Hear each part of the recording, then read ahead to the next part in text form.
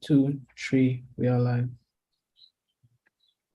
Hi, and welcome to all those in attendance. Welcome to today's webinar, hosted by the HEU, the Center for Health Economics, in collaboration with the Department of Economics, as well as the Youth Economic Forum and the Economic Society of the University of the West Indies. Today, we'll be discussing the topic of coping with the post-COVID-19 pandemic, health and economic environment, in particular attention to a youth perspective on the current labor market challenges and opportunities. Before I introduce today's moderator, we would like to take this time to thank our sponsors.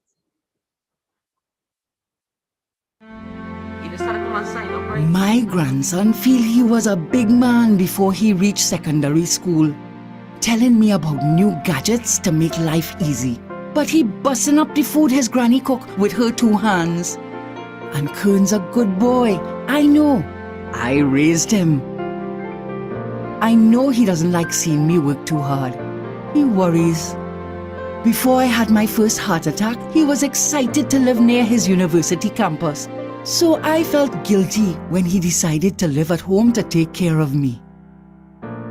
And getting to class and back, he would travel, he said. But I got him a little car anyway, much safer.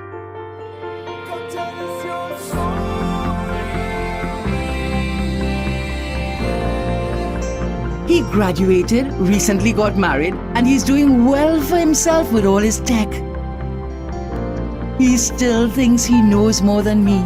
But, to be honest, I don't know how I would have managed without him. Your life is your story. Let's help you write your next chapter. Republic Bank, we're the one for you. Thank you again to our sponsors. Now, ladies and gentlemen, our moderator for today's proceedings. She is a new graduate from the University of the West Indies with a Bachelor in Economics and a minor in Environmental Economics. She's a passionate young leader and very involved in economics, politics, and diplomacy. She has worked with many governmental organizations and many civic societies to exercise this passion. Ladies and gentlemen, two-time youth parliamentarian, former president of the Economic Society of the University of the West Indies, and a former TNT Youth Ambassador to the United States of America, Ms. Rakaya Scott.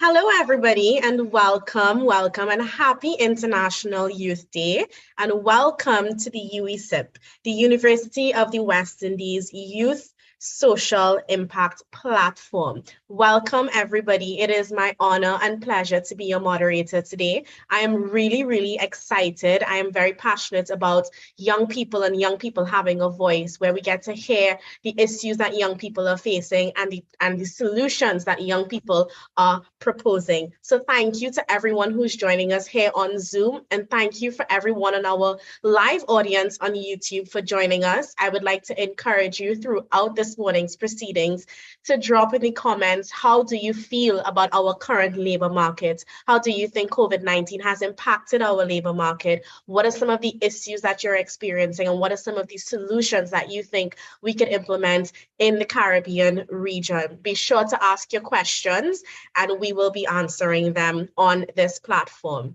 So before I get into, our amazing lineup, I would now like to invite a very special person from the HEU Center for Health Economics, Ms. Halima Ali Sisbani. She is an economist and project specialist at the HEU Center for Health Economics, the University of the West Indies St. Augustine campus. And she has over 15 years of experience in conducting research regionally. She has a keen interest in creating opportunities to empower young people, and she is also an attorney at law in training. So please put your hands and welcome her. Thank you, Rakaya and Chair Moderator. Good morning, everyone. All protocols observed. It is indeed an honor to bring opening remarks at this much anticipated youth initiative. This forum, this youth forum, really is a collaborative effort of the Youth Economic Forum, the Youth Social Impact Platform, and the Economic Society. The Youth Economic Forum was birthed in a couple years ago by the HU Center for Health Economics, the Department of Economics, and the Economic Society, under the astute leadership of Dr. Althea Lafourcade, former head of Department of Economics. And it really creates an avenue for youth-led and youth-centered economic discussions. Now, the UE Social Impact Platform is another initiative by the HU Center for Health Economics, which really seeks to give a more prominent voice to young professionals, bringing to the fore economic as well as social issues that they believe impact them or can impact them, but more so creating the opportunities for young professionals like yourselves to be considered in the decision-making process. Kailash Satyarthi says, "The power of youth is the commonwealth for the entire world. The faces of young people are the faces of our past, our present, and our future." We, the collaborators, we share this view as well.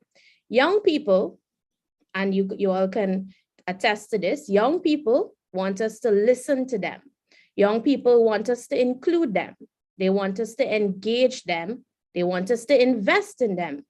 And they want us to consider their perspectives. Now, all of these, we have brought them together and they form the tenets of what the Youth Social Impact Platform is based on.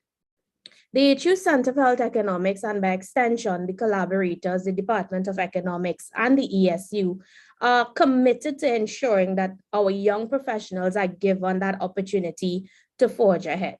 At this time, I would want to recognize the sterling contributions of all the collaborators that I just mentioned, and not forgetting our sponsor, Republic Bank, in ensuring that we have a successful session today. I invite the members of the audience, you, the persons, the young ones, the professionals who are listening in to us, to post your comments, actively participate as we work together, hand in hand, to bring and to empower the next generation of decision makers. Thank you, and all the best for a successful session. Thank you very much. Now, I am really, really excited today. Today is International Youth Day. This is a day where we celebrate young people, their accomplishments, we celebrate their ideas and their contribution to society. Now, I would like to say that this UESIP is the first of many installations to come in the future. And we really want this to be such a dynamic platform that in years to come, that everyone, the entire Caribbean, is excited for the UESIP. I would like to reiterate that the UESIP, we are proudly associating with ourselves with the young, vibrant people of the Caribbean region. And we are a non-political and non-partisan platform. So we invite and welcome objective and knowledge-based discourse so that we can critically analyze today's pressing issues to generate effective solutions. We want objectivity, we want the intellect to spark through, and we invite all young people to take part. So now I'm going to get straight into our panel discussion, and we have our first presenter hailing from the beautiful island of Barbados, Ms. Shady Smith. She is a 20-year-old goal-oriented UE student pursuing her undergraduate studies in economics and accounting, and has a passion for service and enjoys volunteering whenever the opportunity arises. She is the current president of the Young Economists Association and is a UE Report ambassador. Along with having a love for service, she enjoys politics and debating on different issues and is a youth parliamentarian and former Pink parliamentarian. In her spare time, she enjoys watching the proceedings of the Parliament of Barbados and spends quality time with family and friends. She lives by the philosophy that anything worth doing is worth doing well. And she strives to put her best foot forward and give her very best to everything that she does. Shady is also a member of the Caribbean Youth Environmental Network, which allows her to gain more knowledge and provides volunteer opportunities as she has a severe interest in climate change and the environment. So ladies and gentlemen, please put your hands and welcome Ms. Shady Smith, and don't forget to ask your questions in the chat.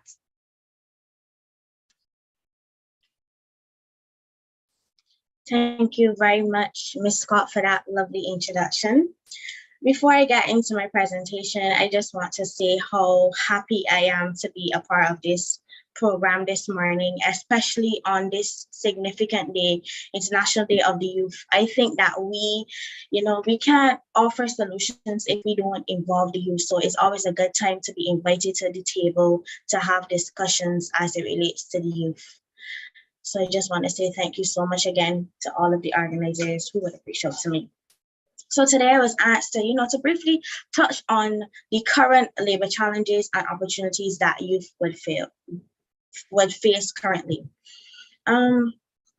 So firstly, we know that the COVID-19 pandemic took a toll on the economy. It was stated that it was one of the greatest job problems since the Great Depression. So back in 2020, the youth unemployment rate dropped by 8.7%. That is something very significant. The young people were left unemployed more than adults in 2020 as a result of the COVID-19 pandemic. And something very significant to know is that young women were affected more by unemployment as it relates to COVID-19. And why is that? If we really look at the sectors that COVID-19 would have impacted, for example, the tourism sector, the caregiving sector, these sectors are normally heavily populated by women. And that comes as a result of the COVID-19 pandemic. These young women were displaced. To really get a better picture today, to accurately present on this topic, because I didn't want my ideas to come here today and just use my ideas only, but I wanted to consult with the youth. So doing that, I would have created a survey. It was a short survey, and I would have disseminated it to some of the youth in Barbados to have them, just to share their ideas a little bit. At this time, I would try to give you some of those statistics, just so you can get an idea of how the COVID-19 pandemic would have impacted the youth, some of their opportunities and some of the challenges. The first question that I want to highlight today is, in your opinion, are employers looking for new talent? I want us to pay close attention to statistics. 61.3% of persons stated that no, employers are not looking for new talent. And I think that was something very significant to know. But can we blame these employers though?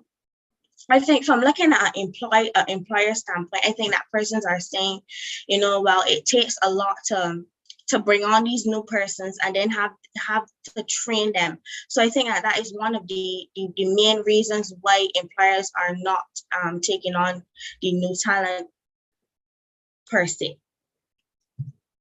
Another question that would have stemmed from this survey is, in your opinion, what hinders young persons from being employed? And almost every single person who took that survey, please bear in mind that 32 persons would have taken this survey, stated that there is a lack of work experience. And I want to kind of share my experience in this. And I was not surprised that most of the persons who took the survey selected this option as their response. Because every single time you go on a platform to look at a job, to see if if you're even interested in a job, one of the main things that you see is 2+ years minimum in the field. A university student, somebody that just graduated from university, would not have that much experience. And I just want to share my story as it relates to this. But this year, because of this, and I was looking at the different job requirements and stuff like that, I keep seeing this, as I mentioned before, this 2 years plus. You need to have this 2 years plus, etc., for you to be even consider the job. I said to myself, Shady, you have to go and get a job now, because by the time you get your degree, you may not be able to have a job. to get that job, even though you have worked so hard and you probably obtained honors and stuff like that. So what I did was I went and I decided to, to have a job, and that took a significant toll on me as a young person, because then that created opened a whole other can of worms, because now we were not just looking at youth employment, but we were also looking at the mental health and the mental state of the youth, and me being the youth.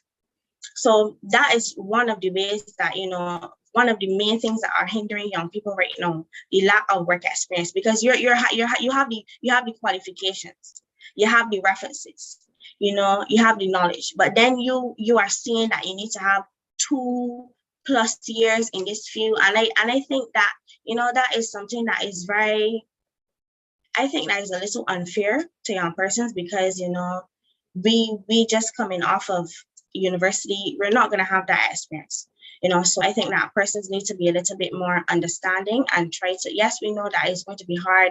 It's easier to go and see that a person that was working in the field for more than 5 years, but the only way that you in your environment and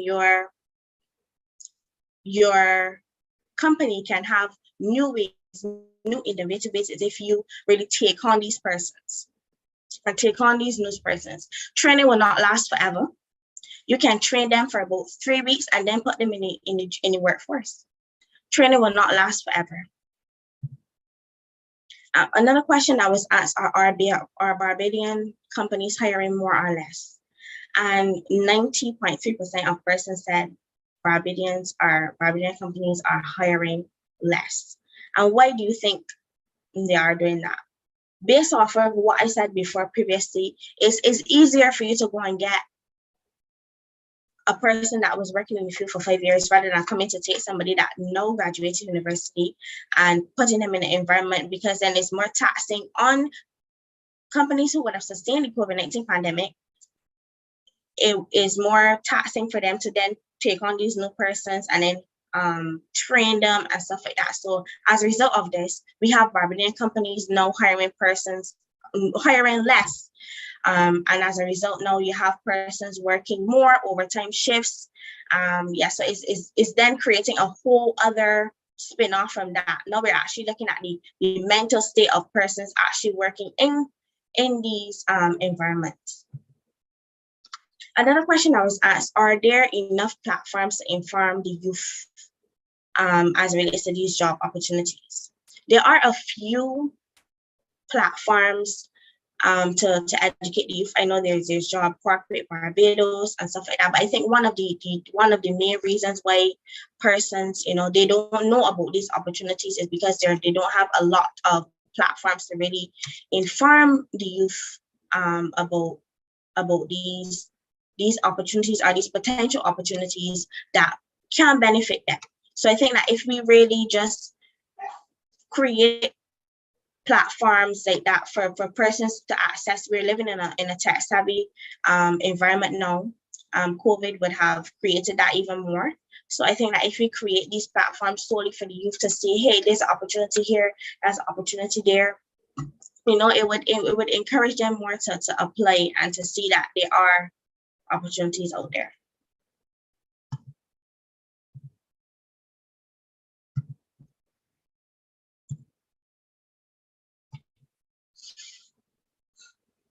It would be unfair of me to highlight all of these negatives and challenges without stating that there are opportunities for the youth out there. Just last month here in Barbados, it would have stated that the employment rate would have decreased. The youth unemployment rate, would have decreased. And this would have come as a result of remote jobs because of the COVID climate. You will see now the presentation of remote jobs, unpaid internships. I think that this is something that we need to look at too, unpaid internships, because you're having these persons went into this workforce and they're not being paid. Yes, this can be seen as a plus, because then that what I mentioned earlier before with the experience, the lack of experience, persons then can have the the experience as it relates to this unpaid internship, but we have to take into account that these students and these young persons have to get up every day to go, you know, they have to make breakfast, they have to find their own transportation to get to these institutions, and they're putting their all into it, and then they're not getting paid on time, sometimes not getting paid on time. So I think that these internships, yes, they will help as it relates to gaining experience, but they still need to be some sort of stipend to help these persons live, to help these, because at the end of the day, they are contributing to your organization in some form or fashion. There's also here in Barbados, there's also a program called the Get Hired program. This is up in a program facilitated by the Division of Youth Affairs. I know that this program would have helped a number of young persons recently to gain job attachments and stuff like that, to gain a little experience. So I just want to applaud the Division of Youth Affairs there for really, you know, taking the time out to create that initiative. I think that is one that is great, because it really gives them that experience, you know, to really see what the job environment is like, and to put something on their CV to really boost their accreditations. So some solutions to these is to really create more job attachment, more paid internships, have training programs, and have more entrepreneurship schemes. So for example, we can go into the community and we can encourage young persons to meet, you know, to seek entrepreneurship as a way of a means of making some form of income. They could create programs as it relates to farming and agriculture, training programs. Since we would have highlighted that one of the main problems as it relates to employment for the youth is the lack of experience. Why not go into the secondary schools and create programs where young persons at that age can have, probably for the summer vacation, you know, in turn at this organization or something along the lines that they're studying, something along those lines, just to give them that experience, so that when they actually do get that degree, so that they don't have to be worrying about experience and stuff like that, because they would have had experience through these programs. Job attachments, like I would have just said, more paid internships, because like I would have highlighted before, these young persons still have to live. They are contributing to your organization in some form or fashion. So they do, you know, they do need to have some form of income to properly take care of themselves, to ensure that, you know, they get the job done. So here, and this is the end of my presentation. So I just want to say thank you so much for giving me the opportunity to speak today, and just to highlight some of the issues that the youth are facing.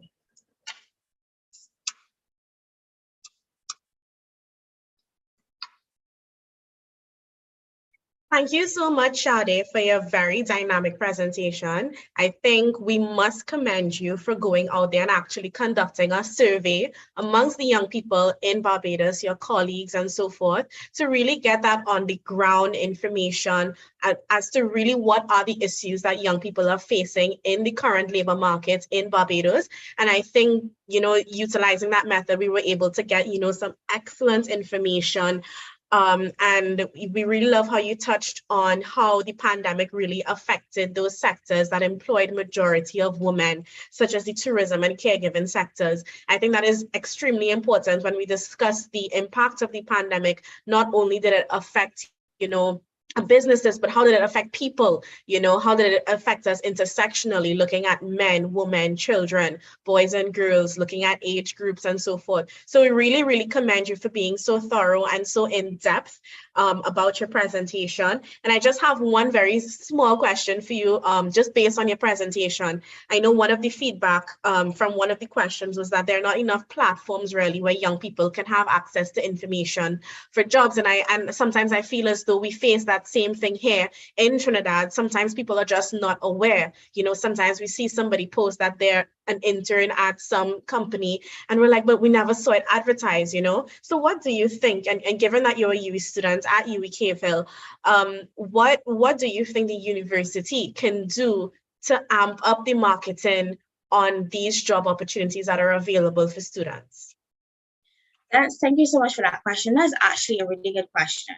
I think that the university, I just want to applaud the university here. I think that the university is actually doing a really good job as it relates to disseminating information for different internships, because I do receive emails and I do see UWI sends out opportunities to students. So I would advise is that students stay abreast and keep checking your emails for the university. So I think that the university is doing a great job as relates to sending them via the email. But I would also look at getting the guild involved and trying to have the guild post these opportunities on the Instagram page, because like I said before, we're living in a tech-savvy era, and persons will more go on Instagram and see it than, or even on Twitter, because Twitter is a platform where all the youth go. They go and they express their views, so I think utilizing platforms such as Instagram and Twitter would allow the youth to really see these opportunities more. But I think the university is doing a good job as relates to sending the opportunities via the email address. But I would also just use the Instagram and the Twitter as a backup as well. Okay, thank you very much, Shady, for your presentation, and thank you for answering that question. And I definitely agree that we need to utilize social media to the best of our ability, because I can tell you as a young person, I live on social media. I'm on every social media platform, and I constantly look on social media for different opportunities and so forth. So I think that is a great idea for universities to implement now and in the future. So thank you very much, Shady. So ladies and gentlemen, I hope you are enjoying our program so far. We're getting a lot of great tips, and we're getting some excellent information so far about what are the issues young people are facing in the labor market. And now I'm going to go straight into our next presenter, and I'm going to invite Miss Shireen Mohammed. Now, Ms. Shireen Mohammed is a practitioner in the field of psychology with an interest in promoting mental health and positive wellness approaches. And she is qualified as an applied psychologist with 6+ years of hands-on experience in providing counseling services, and she enjoys working with clients and meeting their diverse needs. Ms. Mohammed gained her bachelor's in psychology, special at the University of the West Indies St. Augustine campus, and her master's in applied psychology at the London Metropolitan University in the United Kingdom. She is also certified in solution-focused brief therapy and continues to pursue continuous professional development training in the areas of grief and trauma. As a program psychologist within the Ministry of Labor's On the Job Training Division, Ms. Mohammed provides level 1 support and intervention services for OJT trainees, assisting in their development of positive coping mechanisms and strategies in managing emotional and behavioral issues impacting their performance and well-being during their period of training. Ms. Mohammed also provides organizational development and staff training on a range of topics such as anxiety, depression, self-care, fostering positive, healthy work-life balance, something that's very important for our generation, stress management, trauma, and building resilience during a crisis. In addition to the design, delivery, and facilitation of mental health sensitization sessions, webinars, and psychoeducational materials for trainees in supporting their well-being. So everyone, please welcome Ms. Shireen Mohammed. Thank you so much, Rakaya. I hope I pronounced the name properly. And good morning to everyone on the panel, everyone listening live on Zoom and also on YouTube. Very happy to be here. And indeed, it's well timed to have this session. As Rakaya said, it's National Youth Day. I think it's I'm happy to still be maybe considered part of the youth, maybe more on the latter end of the youth spectrum, but it's very exciting for me to be here.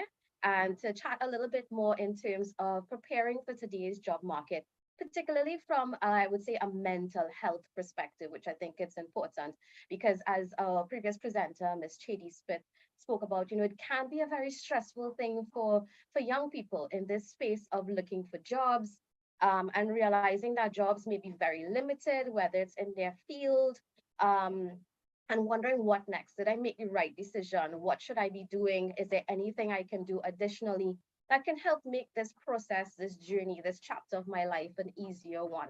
So definitely happy to be here today on behalf of the On-the-Job Training Division of the Ministry of Labor. Yeah, so let's go straight into it, make sure. So in looking at this topic of preparing for today's job market, a quote came across for me while I was doing a little bit of reading, and it's from the Director General of the World Health Organization. And it states that young people are less at risk of severe disease and death from COVID-19, but will be most affected by the long-term consequences of the pandemic, which will shape the world they live and work in for decades to come. And I find that very interesting, especially as we are coming out of the pandemic and we're now moving into this post-pandemic world. And it really brings about a lot of questions for us in terms of what exactly this new normal is going to look like for us. We've been hearing that too, but what definition is that really going to take on for us in this new world? And in this space where there may be a scarcity of jobs, there may be, people may be finding that they're experiencing a lot of anxiety right now, looking for jobs, applying for jobs. You see a lot of positions being posted and you apply and you don't hear anything back. And that can be a very frustrating experience. In addition to which, our young people are extremely well qualified. So you're competing in a pool where persons have degrees on top of degrees, they have certificates, they have all these different things. So it's a very fierce competition market. So you have to figure out, what am I going to do? How am I going to compete and stay agile in this job seeker pool where I can stand out and still manage my mental health in the process, because it is a very exhausting process. I've been on that side of the table already in terms of looking for jobs and wondering, when am I going to get that call back? When am I going to get that acceptance letter that I literally feel I can just breathe a sigh of relief, like, yeah, it made a lot of sense right now. And what I would like for our job seekers, our youth to focus on during this time is take it a step further when it comes to developing yourself and developing your skills. And when I say that, I want you to especially focus on your soft skills. In 2019, LinkedIn's Global Talent Trends, they surveyed around 5,000 talent professionals globally. And what they found from around 91% of employers is that soft skills are the in-demand skills that employers look for. Unfortunately, even though these skills are in demand, it's very hard for them to find when they are recruiting new employees. So for my young people, just as you're taking that time to go to school and you get your qualifications, you get all that tertiary level certification, etc., during this period of waiting, during this period of searching, I want you to also pay attention to your soft skills. We call them your baseline skills. These are the skills that really impact your mental health and well-being. It impacts your ability to cope. It impacts your resilience when it comes to being able to weather the storms of the very unpredictable job market while you are out there trying to make sense of it all. So this is your time for you to really sharpen the saw, sharpen your toolbox when it comes to your soft skills and how you can develop that. Or you may know it not just as soft skills, but you may hear about the terms such as your emotional intelligence. So these are the things that you want to pay attention to, because this is what employers look for. Anyone can get the degrees and the different paper, but you see those soft skills and being able to demonstrate that, that is going to be critical for you in today's job market.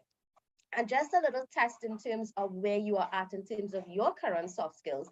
I want you to try this challenge for me. Very often we always ask people to introduce themselves. Tell me a little bit about who you are.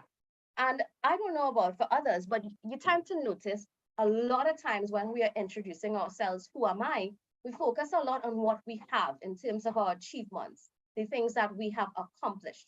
But I want you to take a different slant when it comes to introducing yourself. Think about describing yourself to another person without mentioning anything about the external things in your life. So you're not mentioning any things about your friends, about your family, about studying, or anything like that. This is where I want you to concentrate only on yourself. Concentrate on your thoughts, your feelings, how you behave. And perhaps by doing that, you may be able to recognize what are some of your strengths and weaknesses, some blind spots that you previously weren't even aware of that you can work on. Having a clearer understanding of who you are when it comes to your thoughts and your behavior patterns are really important and helpful in terms of how you're able to understand people, how you're able to navigate different situations, how you're able to take on opportunities and deal with challenges as well. This is a very critical skill for all of us. And from all my job seekers, all my trainees, this is something that I really emphasize in terms of increasing their self-awareness skills before they go out into that world of work environment, right? So as you think about that question, ask yourself, were you able to explore your thoughts? Were you early able to tap into what are my feelings, what are my behaviors, and how do I recognize and manage my emotions? So I want you to think about that in terms of how you can present yourself differently in the future when asking, who are you? Tell me a little bit about yourself. Now, when we're looking at these soft skills, they're categorized into some key areas, such as self-awareness, self-management, social awareness, relationship skills, responsible decision-making. So these are how the social and emotional soft skills are correlated or they're translated into the work environment in terms of that ability to form and have a positive attitude, that ability to be flexible, the ability to be confident and to be creative, because self-awareness is all about your ability to recognize and understand your emotions. And then we have self-management. Self-management is beyond just recognizing your emotions, but how are you able to regulate those emotions? And that's translated in terms of your ability, in terms of time management. So if you know you struggle with time management and you are applying for 8 to 4 jobs, you have to ask yourself, how am I going to prepare myself to be at work for 8 o'clock or maybe just before 8 o'clock, because I know time management is an issue for me. How am I going to take and show initiative on the job? How am I going to be detail oriented or adaptable and those type of things when it comes to self-management? When it comes to social awareness, how am I in terms of navigating in different spaces? And when it comes to respecting individual differences, cultural sensitivity, or respect for diversity. That's a very big word for us now when it comes to, looking for employees who have that understanding and respect and are able to work with different people based on cultural backgrounds, religious backgrounds, and those type of things. What are your relationship skills like in terms of your ability to write and communicate orally? And I know because many young people are very much on social media, but you also have to be mindful sometimes for some persons that being online all the time could also affect how you communicate. It can affect in terms of the social cues. So pay attention and make sure that you're still sharpening the saw when it comes to your traditional writing and oral communication skills. I have young people, they send me emails and they use all the shorthands. And while I'm able to understand it, remember that, your audience is diverse and that may not work in every setting. How are you able when it comes to communicating? Do you get nervous? And if it is you find that you're getting nervous, what are you doing to challenge yourself in order to sharpen that skill a little bit more? What are your listening skills? And that's very important as well. Not just only thinking about responding and talking, but also taking that time to listen is really critical when it comes to a relationship skill in the workplace as well. And responsible decision making, it's another core competency when it comes to those soft skills, those social emotional skills. How are you able to demonstrate integrity, honesty, critical thinking. You know, if you see someone within the workplace doing something that is a little bit underhand, are you going to be the one that also contributes and say, well, if they're doing it, then I should be able to do that as well? Or are you going to stand firm in terms of, no, this is wrong, and even though that person chooses to do that, I am going to stay with what I know in terms of that seat of integrity and honesty. When it comes to something as simple as filling out your timesheets and, you know, being honest in terms of, did you go to work today, or those type of things. How are you able to demonstrate critical thinking and being able to analyze and come up with solutions? So if there's a challenge, you're not just going to the manager or supervisor, but you're also going with a possible solution or two to show that you are also taking initiative. So these are things that I want you to sit and think about in terms of, how do I represent this? Which skills are most applicable to me in terms of my career, and which ones I need to really sharpen up a bit on, because this is what is going to increase my ability to maybe be more stand out, to be more competitive in today's job market. So these are some of the skills I want for you to pay attention to when it comes to preparing for today's job market, and not just only focusing on the technical skills, those professional skills, but also your personal skills as well. This is critical. This is what is going to give you that edge, okay? Now, because there's an understanding that while these skills are in demand, these are the skills that employers look for. Trust me, these are the skills that are going to leave a lasting impression on others. There's that understanding still that there is a gap in terms of the availability and the demonstration of these skills in today's job market. So this is where I would say, you know, the OJT comes in terms of, how do we mind that gap? How do we create initiatives and opportunities to help fill that gap for young people, for job seekers, so that when they go out into that job market, in terms of them being able to get and secure permanent employment, that they are well-rounded individuals.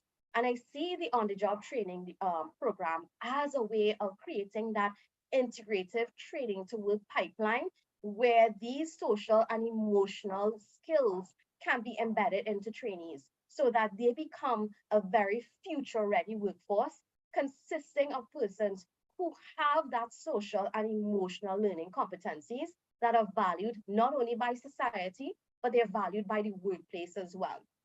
And at the on-the-job training division, something that we take very importantly, beyond just placing trainees into work experience, is also their personal development. So we take a very whole person approach.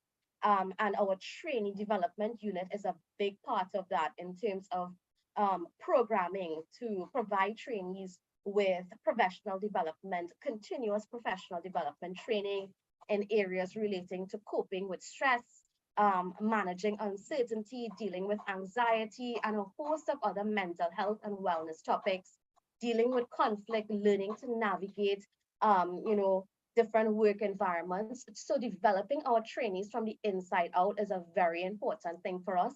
And it's things that we do ongoing via our orientation seminars, via our exit seminars as well. So trainees who would have completed successfully their training period, they are able to benefit from an exit program that helps them in terms of, okay, what next? How are you going to manage dealing with change in terms of going from a trainee and you're probably in the space of looking for a job? What are some of the things that they need to be aware of? So our exit seminar also helps when it comes to training our trainees as well. There's also, providing trainees with ongoing wellness seminars, and we do that on a quarterly basis to provide them with mental health and wellness information. And of course, for trainees who may be dealing with challenges navigating the workspace, or just dealing with challenges in general based on their personal life and how it may affect their ability to successfully function within the workplace, this is where I come in as that program psychologist to help those young people in terms of developing positive coping strategies that they can continue to flourish, they continue to function effectively within the work environment. So I see the program as a way of creating that pipeline in terms of not just supporting trainees when it comes to getting that much needed work experience, that experience that the Ms. Smith spoke about, but also that personal development experience, that whole person development experience, which is really important. So we're really putting out there persons who are ready to go into the workforce that are developed professionally and personally. Yeah. So just to give you a little bit of insight in terms of the on-the-job training program, it is a pre-employment program for persons between the ages of 16 to 35 years of age. So that's a pretty wide gap when it comes to providing opportunities for youth to get work experience. So whether you have no work experience or you have a little bit, you may have changed jobs and you need to get some experience in that new field, you're able to get that through the on-the-job training program. And we try to link trainees in terms of training positions or placement opportunities, both within private and public sector. And we're always on the lookout for, new organizations to join us to widen that pool and to be able to provide more training opportunities for our trainees. Trainees are usually based on 5 qualification levels. So it's from level 1, where you have your CSEC craft level training, up to persons who have level 5, which would be your postgraduate degree level training. It's a 24-month training period, so it provides you with a significant amount of experience on the job, which is approximately 2 years. And it's the hope that at the end of that 2-year period, you are in a better position in terms of better tools and better developed to go out there and be much more competitive in today's job market. And overall, I think at least around July of this year, we have currently approximately just about or just over 4,000 trainees who are part of the on-the-job training program. So for anyone who wants to get more information, they can email the OJT help desk. So that's ojthelpdesk@ojt.gov.tt, or you can visit the website, which is www.labor.gov.tt, and you can get more information when it comes to how do I sign up for the program, whether as a trainee or as a training provider, what do I need to submit in terms of my application and so forth. So in rounding off today's discussion, I just want to again encourage persons to take the time right now to build on your soft skills.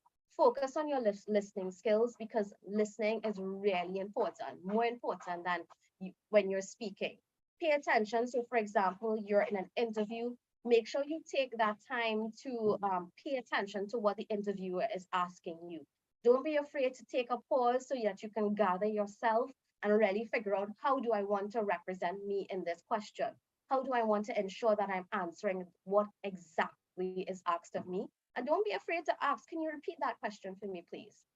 Pay attention to your self-talk. This is really important. As you are out there trying to find jobs, you may feel a little bit, dejected that things are not looking up as you feel it may have been. Pay attention to your self-talk.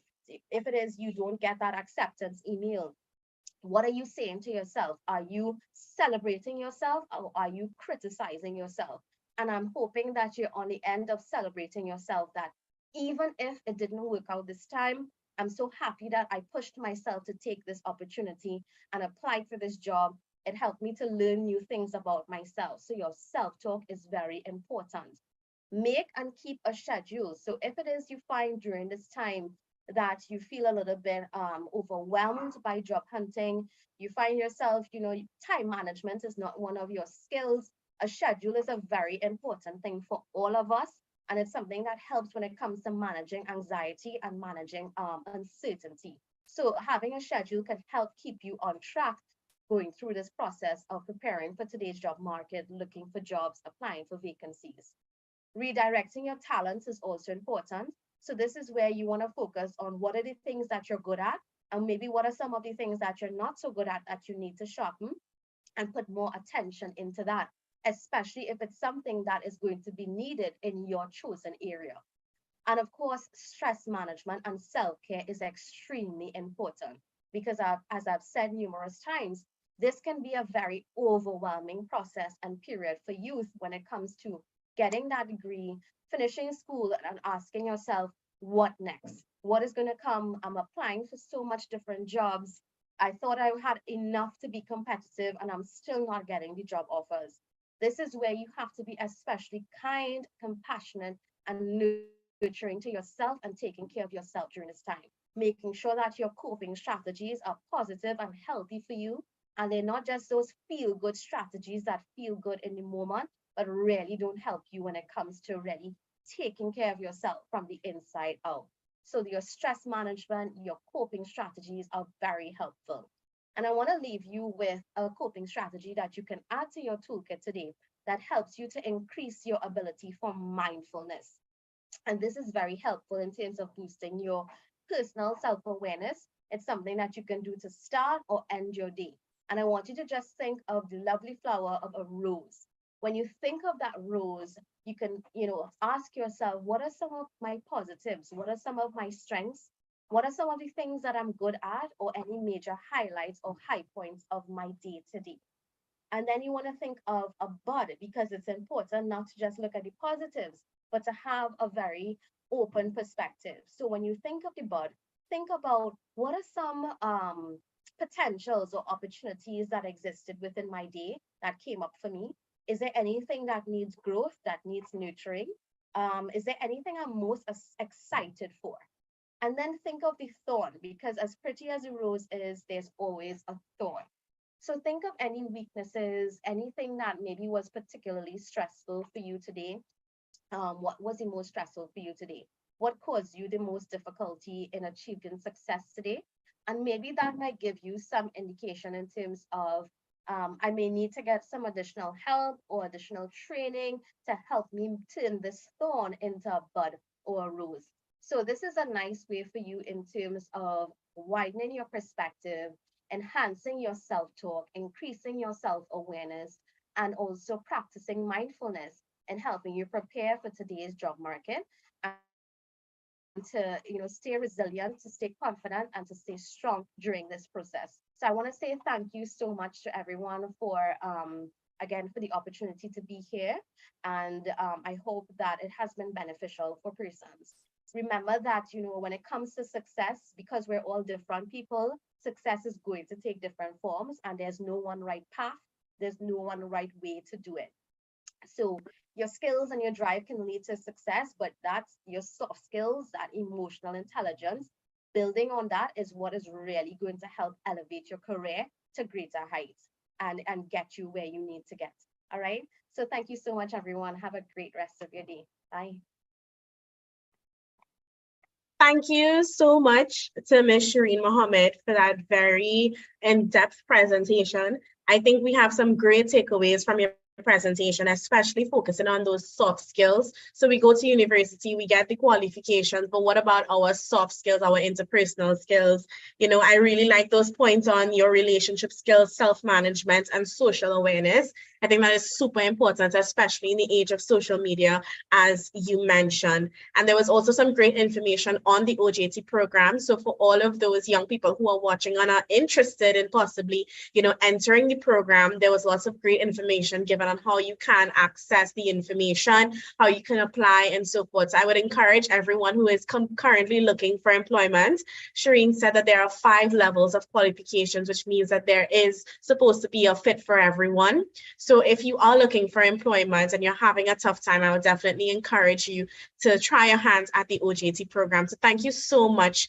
Thank you so much, Ms. Mohammed. So moving right along in the interest of time, we will save the questions for after our final presenter. But I would now like to welcome Ms. Rachel Rennie, who is one of the founders, along with Mr. David Thomas, of the Market Movers Limited in 2009.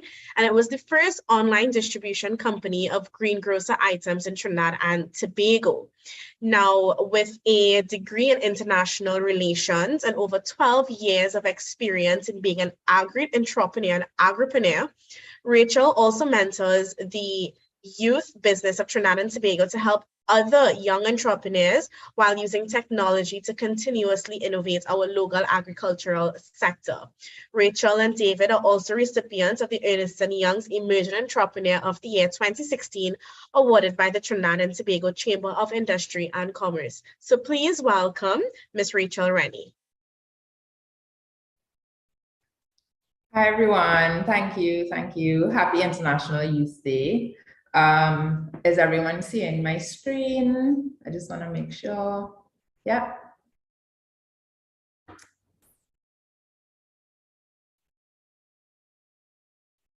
Yeah.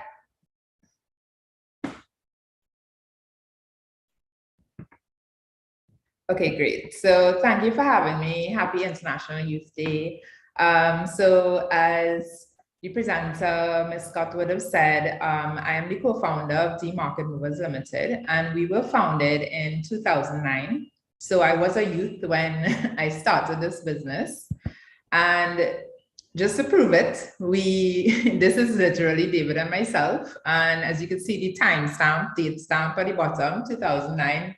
Back then, we used to have cameras that would do that. But this is just to show you how long we've been on our journey and how long we've been doing The Market Movers Limited.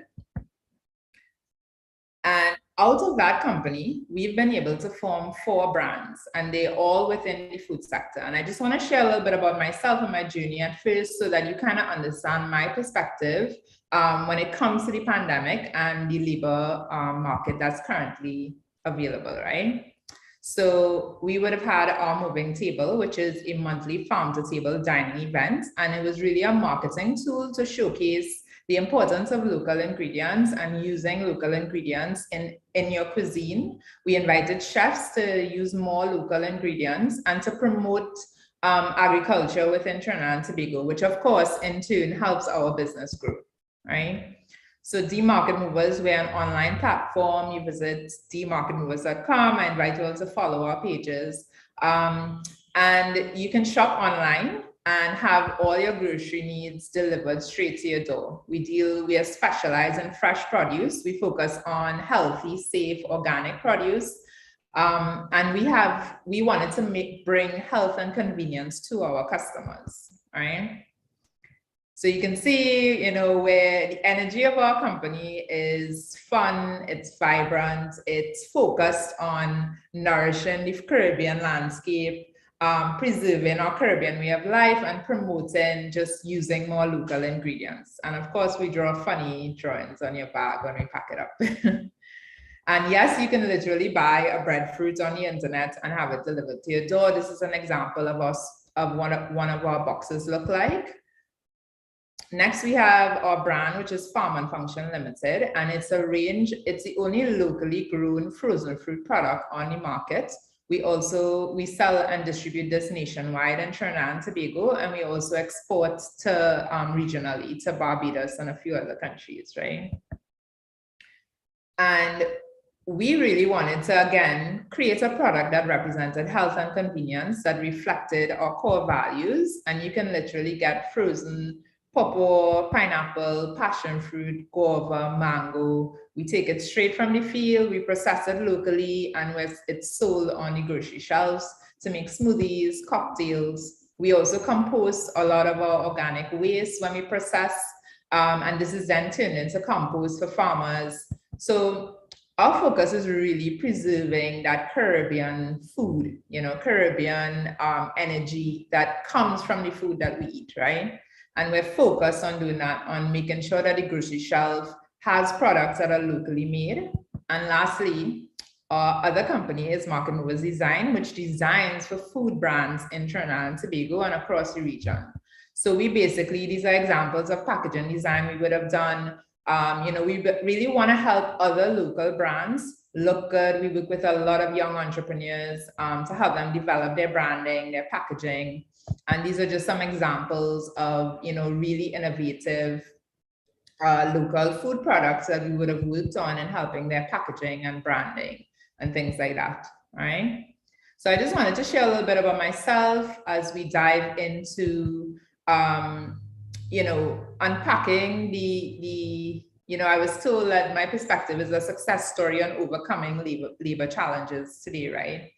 And I just wanted to define what success is. And ideally, when you look at success, yes, we would have won Emerging Entrepreneur of the Year. And when you see success, when you think of success, you think of these moments, right? You think of these winning moments that your business would have, accomplished things. This was David and myself launching the first click and collect store, we had a first physical space where we could actually have customers come in and collect their orders already packed up.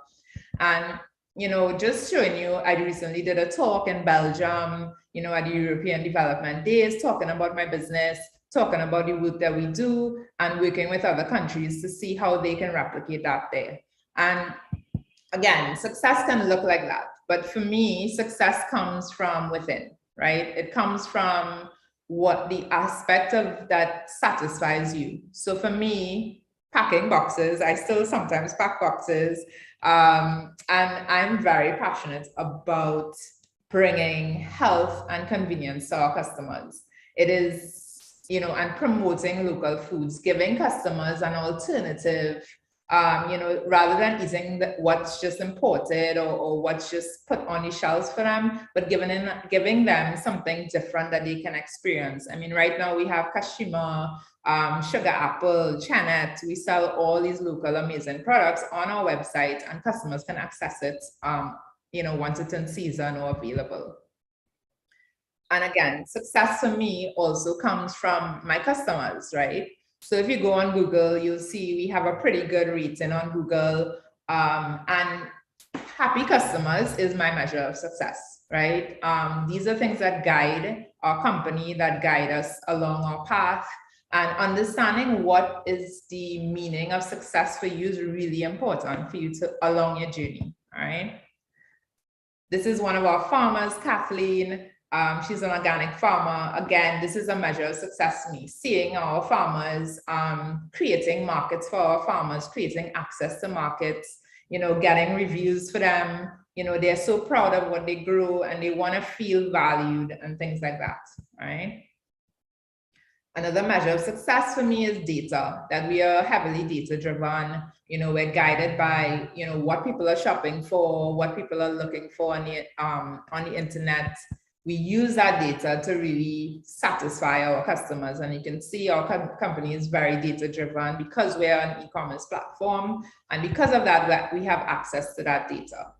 Another measure of success to me is growth. And growth doesn't always have to mean increased revenue or necessarily, making millions of dollars. For me, growth is literally if you add one more product to your portfolio. If you went from 10 customers to 15 customers, if you were able to sell, 5 pounds more of whatever you're doing, 5 more packs, right? Or changing the mindset of your consumer. And I think these are the growth can be measured in your own way. And just in terms of us, we were able to grow when we started in 2009 from 10 customers to over 10,000 online customers, from 10 deliveries to over 500,000 deliveries made, from 1 pound of food sold to over 1 million pounds of food sold on the internet, right? And when we first started our business, the loans officer literally told us no, because Trinidadians would never buy food on the internet, right? Fast forward to 14 years later, we just sold 1 million pounds of food over the internet. So someone else's no does not have to be yours, right? Don't let it counteract your yes. Find your yes and find those measures of success that will guide you along your way. Now, with regards to my particular insight from our company perspective, how we deal with some of the labor challenges since the pandemic is that by having staff and inviting people into your business, you first need to understand the structure of your business. And this was something that took us a while to really understand. And I'm just going to show you an example of how Market Mover's organizational structure looks like. Of course, David and myself are always at the helm because we are entrepreneurs and, we have to guide and grow this company. But particularly for Market Movers, because our focus is, we're an e-commerce platform, design and digital marketing is really important. So we have to have someone who can design, who can create, all those amazing images that you saw before, and really sell our product, because we're not a traditional brick and mortar store, right? Our operations is really intricate. So we need a strong operations manager. Shout out, Andrea. Because there's our process from when a customer orders to when it's delivered, there's a lot of things that can happen and that can go wrong, right? So we are very understanding that structure of your business and what it needs and the people that you need in order to build this business is really important. And this is again, from an entrepreneurial side and how we manage with the labor market and dealing with the pandemic and those things, right? So this is an example of how Market Mover's organizational structure looks like. When it comes to form and function, is very different, right? So again, we have a different organizational structure. Of course, David and myself are still at the head. However, the farm manager is really important because we're dealing directly with farmers who grow the products for us to then process and sell and distribute, right, throughout the nation. So understanding your organization and the structure will really guide you to understand the types of people that you need, right? And for me right now, some of the major challenges that we would have faced is lack of qualified persons, high turnover of staff, low staff morale, and defining those expectations, right? Because, yes. So lack of qualified persons. So initially, we would have just, tell a friend we needed somebody to start working with us, or, just share it within our network. What we realized is with that, or we would post it that we need to hire someone, right? And that doesn't necessarily work because you're literally putting it out there. You're kind of narrowing the catch, right? You're narrowing the type of person that you want to attract to your company. So what we started doing was seeking out schools, colleges, programs to find persons who are actually trained in agriculture, trained in food technology. We just hired a young person, Santi, and she studied food technology and food science and these things. And when you hire someone who's actually trained or specialized, she might be young, yes, and we can still train her and develop her in that way. But it's important to seek those programs or seek those schools that can necessarily give you those skilled persons who can fit into that business model that I would have described before, right? Some of these programs have internships. We've hired interns before to come and they really want job experience. So they are getting something out of you, you're giving them something in turn, right? And developing a solid training program. So you must train the staff. You must let them understand the importance of what they're doing, not just necessarily what they're doing, but why they're doing it, right? For us, we did have a period where we would have had a high turnover of staff, and you have to figure out what is your staying power, right? So capacity building and work experience, again, you want to provide that to persons who are seeking it. Of course, after the interview process, you're making sure this person is motivated, respectful, all the elements that would have been discussed before, but now you're digging a little deeper into really offering them something on a higher level, right? There's things like commissions. In Farm and Function, we do have that structure in place, but it's not just Googling, what's the average commission rate. We have to work it into our business model and what makes sense for our business. We also do things like subsidies where you can get groceries and fresh produce from our store. So if you're focused on, your staff is focused on their earning potential, let's just say, subsidizing their food bill can actually help them save a little more and grow in that way, right? Performance reviews. So performance reviews are it's not meant to be scary. It's meant to open communication between you and your staff, right? So we do it in order to, let them know what we need and also for them to let us know what they need. Low staff morale. So this happens. I mean, everybody goes through, lulls, peaks, and every business, it happens, right?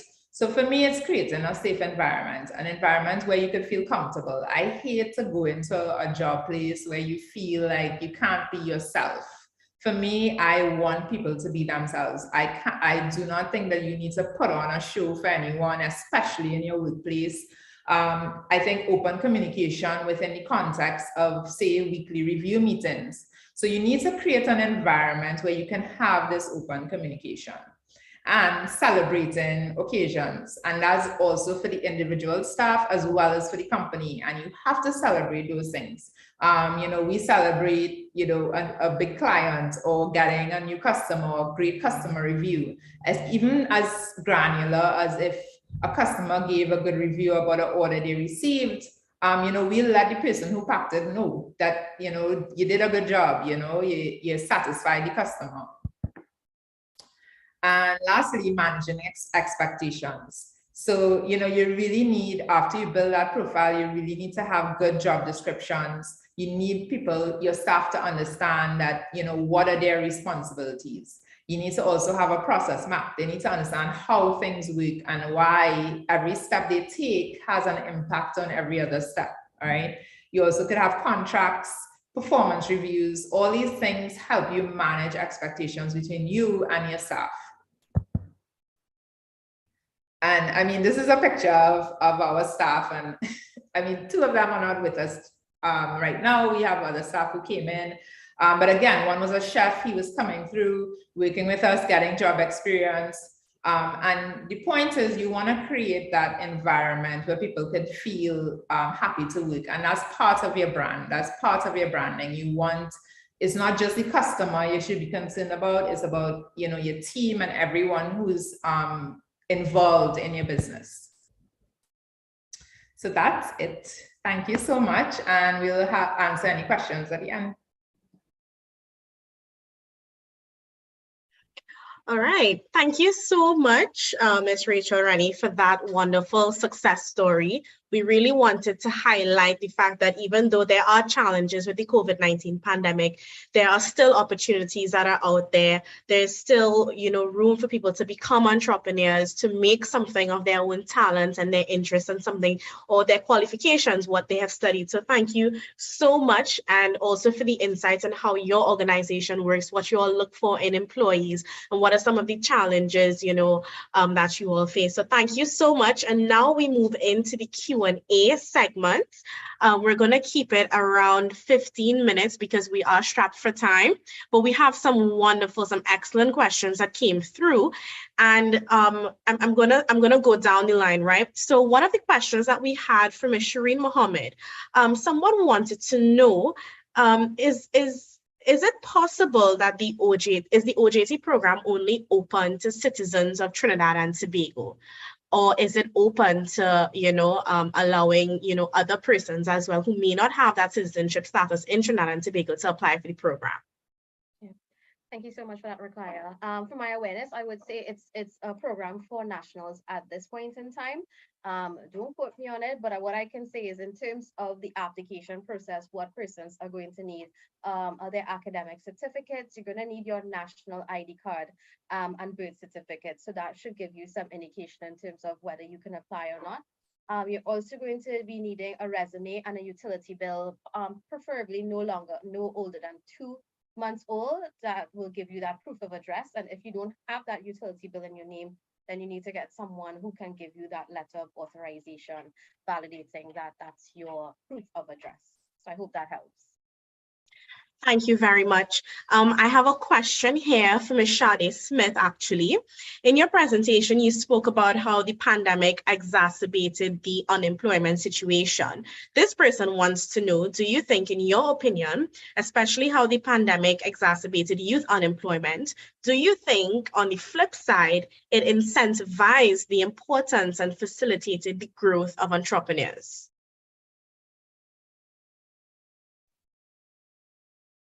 Thank you very much for that question. I hope you guys can hear me well. I do think that the pandemic had a flip side to it, and we would have seen the birth of new businesses coming out of that. So I do agree. We see now persons selling, making all kinds of stuff, selling all kinds of items. So I do think that that was one of the advantages, or the pros of the pandemic. We saw the birth of entrepreneurship coming out of there. So I do agree. All right. Thank you very much, Shadi. I have a question for Ms. Rachel Rennie. We usually have a dwindling agricultural sector. We usually hear the challenges of it, time and time again. How easy is it to source supplies, or do you have farmers coming to you already with supplies? That's a great question. I mean, first of all, I don't think that's no longer the truth. I think the agriculture sector has a lot of opportunities, a lot of innovations happening. It's an exciting time to grow your own food and to supply. And literally every day we have someone or farmer, anyone trying to go into agriculture, messaging us saying, you know, I'm interested in growing this. What does the market need? Or I have this crop, would you be interested in it? So I do think that times have shifted, and that perception that we have that, you know, agriculture is dwindling, it's not true, you know, so at least from our perspective. And yeah. Okay, thank you very much. We have a comment here from one of our viewers. I think another point which needs to be highlighted is that a lot of businesses do not necessarily advertise their openings to the public, but rather directly offer them to family members or persons that they know. And this creates a lot of challenges to young people when they're looking for jobs. This was actually a comment made by someone in our audience, right? So do you all have any specific thoughts on this? Because it leads into the question of how can you, and I know I asked this to Shady before, but what do you think we can do to kind of incorporate a more equitable recruitment process, you know, for our young people? I pose this question, you know, to the panel. Any one of you all can take this one, but I would ask you to keep your answers a little short and straight to the point. But what are some ways that we can help get this recruitment process more equitable?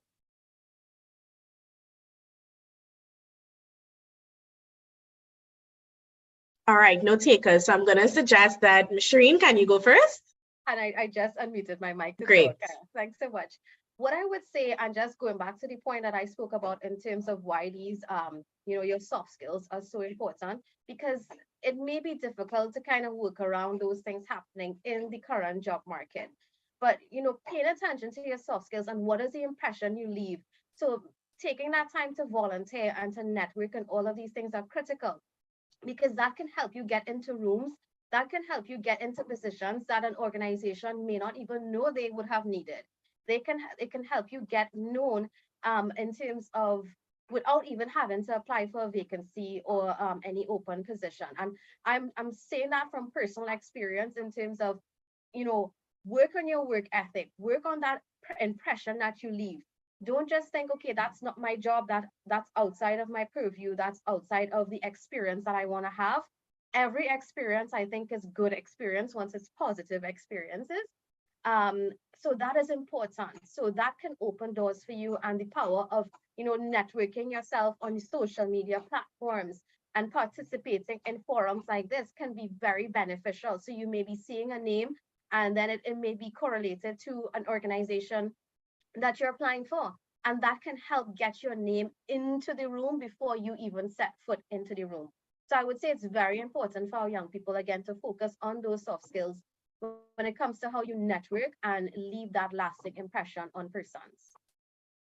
Okay, thank you very much. Now, throughout the presentations, you know, we've touched on time again that the experience is really lacking. And I mean, realistically, someone who's just graduated will have limited experiences. And sometimes I think that, you know, there should be businesses that at least give an opportunity, because if you don't employ me, how am I going to ever get the experience, right? But besides the experience, Rachel, I want to ask you this question. As an employer, right, including employing young people, are there any shortfalls other than the fact that, you know, the lack of the soft skills or work experience you've noticed in your employees in particular? And perhaps this can shed light to possibly some of the other areas that us as young people need to work on. Right. I think for me, it's for our business particularly, it works because we're in technology. So I think young people, this concept of young people not having experience, yes, they may not have that hands-on experience, but their knowledge base and insight into what's happening in the world it's very vast. And sometimes I feel like they're more connected to what's happening on the ground. So that's a huge advantage for a business like ours, right? I think in terms of hiring young people, for us, I like having the ability to shape someone because I do mentoring. molding them into, their truest potential. And I think that first job experience can either traumatize you or it can, leap you forward. And I really want that our business is a platform for that. So I think there are a lot of advantages to hiring young people. Of course, there's some disadvantages and the job experience, but in terms of the job experience particularly, I do think that you can tap into their vast knowledge and understanding of how the world works today. And that is a huge advantage for any company. All right. Okay. Thank you very much. I have a question again for Ms. Shireen on the OJT program. It's two questions. What was the feedback from employers on OJT productivity during remote working? Because we know the pandemic really shifted how, traditional work. And were the OJTs able to demonstrate the required discipline to produce while working remotely? Okay, thanks for that two-part question. So definitely, having to pivot when the pandemic came about in terms of remote work was a new opportunity for the program. And indeed, it took on flexibility in terms of trainees, depending on their work area, depending on the field that they're placed, to be able to continue with their training remotely, whether it's persons coming out on rotation, persons being able to do work remotely. And even for us at the OJT program, it meant pivoting in terms of when it came to orientation sessions, not doing it in person anymore, but we're doing virtual orientation and exit seminars and collaborating and keeping that going. So despite the pandemic happening, we were able to maintain that continuity and consistency when it comes to trainees being placed and also to be able to get that work experience and for us to keep functioning despite having to social distance and deal with the pandemic. Okay, thank you very much for that. One of the other questions that we have is, okay, sometimes not sometimes, as young people, when we're in university, our time is really not, we don't have majority of the time in the world to have a job, 2-3 jobs whilst we're doing schoolwork, right? And I'm sure Shady can, relate to this. A lot of the work that we do is volunteer based. We're volunteering as presidents, vice presidents of clubs and societies. We're volunteering on the Guild of Students. We're volunteering as Rotaractors and Rotary, Habitat for Humanity. There's so many, spheres that we volunteer. And what people sometimes don't realize is that volunteerism and employment is the only difference, in my opinion, is that when you volunteer, you don't get paid. But the work is the same, the amount of hours is the same, you develop the same sort of skill set. So I'll ask this question to Shireen and Rachel. Do you consider volunteer experience as valid work experience when you're looking at a resume of a young person?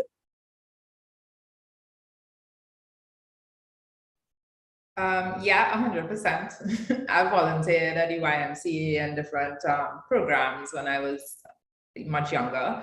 And I mean, yeah, the experience is still the same. I think the valuing yourself is important though. So receiving a salary does integrate that understanding of, okay, this is what I'm valued at.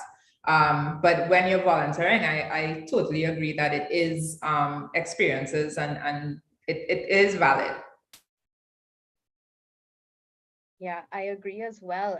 If you feel that you don't have enough of that traditional or professional work experience, this is where volunteering opportunities really help you to fill the gap. And again, the volunteering is good for networking. It's also good to give you insight into the market that you're interested in terms of the jobs and the different types of personalities that you may have to navigate and work with.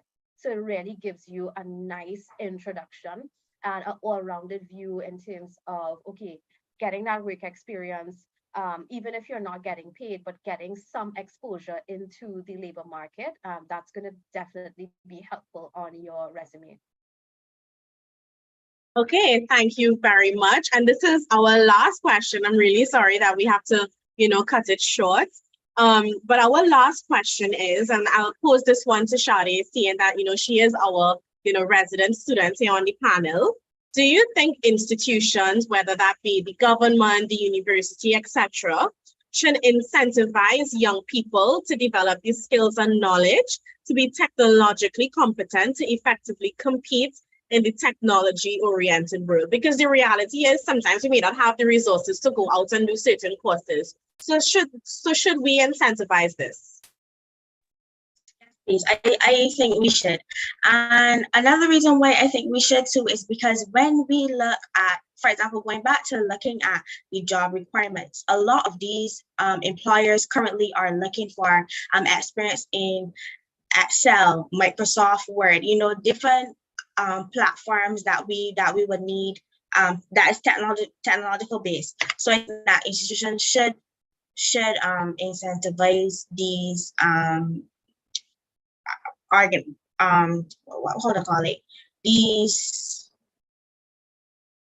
what to say? How would you call it? These different technological apps and stuff like that. I think that we should that would be a step in the right direction, because it's a requirement now. We are living in the present. As a result of the COVID pandemic, they have been heavily reliant on it. So I think that the institutions should incentivize these. Okay, thank you so much, Shady, and thank you to all of our three wonderful panelists here this morning, Shady Smith, Rachel, Rennie, and Shireen Mohammed. We've definitely learned a lot from your presentations, and a huge thank you to our online audience for your amazing questions and very thought-provoking questions. I will now take this time to invite Mr. Joel Jordan from the Department of Economics of the UWI St. Augustine to deliver his closing remarks.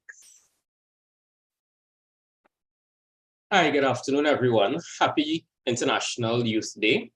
I'm Joel Jordan from the Department of Economics, and I have been given this opportunity to give closing remarks, a vote of thanks for all of the collaborators in this event.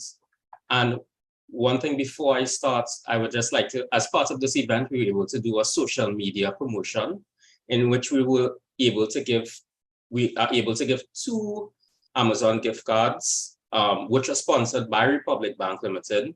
And we'd like to thank them again for their commitment to supporting events such as this. And the winners of the social media competition would have been Miss Chenya Awai and Mr. Petrus Edward Jr. So thank you guys very much for your comments, your likes, and your shares. We would be in touch with you so that you could redeem your prizes.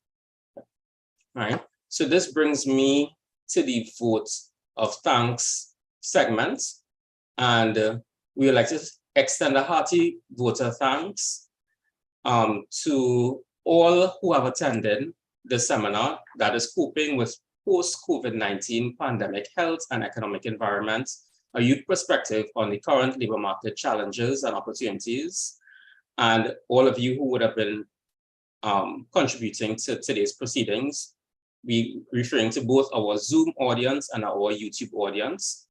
We'd like to thank our sponsors, Republic Bank Limited, the head of department, Dr. Shireen Mohammed of Economics, and the director of the HU Center for Health Economics, Dr. Althea Lafourcade, in believing and supporting this initiative. I would also like to thank all who brought greetings. That would have been Mr. Trey Richards, the president of the ESU, and Ms. Halima Ali Sisbain, who brought greetings on behalf of the director of the HU. We also like to give a thanks to our moderator, Ms. Ruqaya Scott, who is a young scholar intern from the HU Center for Health Economics, who expertly controlled the flow of the discussion and provided clarity to a lot of the questions that would have been posed. We'd like to, of course, thank our panelists, Ms. Shady Smith, the president of the ESU KFL, Ms. Shireen Mohammed, psychologist at the OJT program, Ms. Rachel Rennie, of course, who's the managing director of Market Movers Limited. And it is with a deep sense of gratitude that I also extend thanks to our chat moderators. That would have been Ms. Louise Dionanandova, of the Department of Economics, and Mr. Rashad Karamat of the ESU. We also would like to thank the technical and logistical support provided by Ms. Josanne Green of Marketing and Communications and her very capable colleagues. Thank you guys very much. And I hope that you guys have a safe and productive day. And we would just like to close with a word from our sponsors.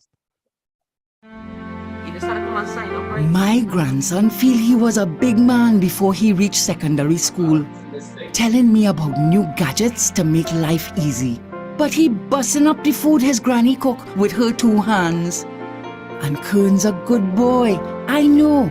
I raised him. I know he doesn't like seeing me work too hard. He worries. Before I had my first heart attack, he was excited to live near his university campus.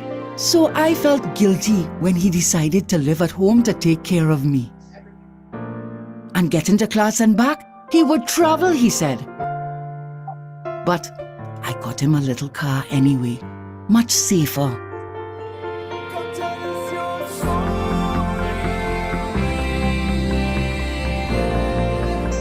He graduated, recently got married, and he's doing well for himself with all his tech.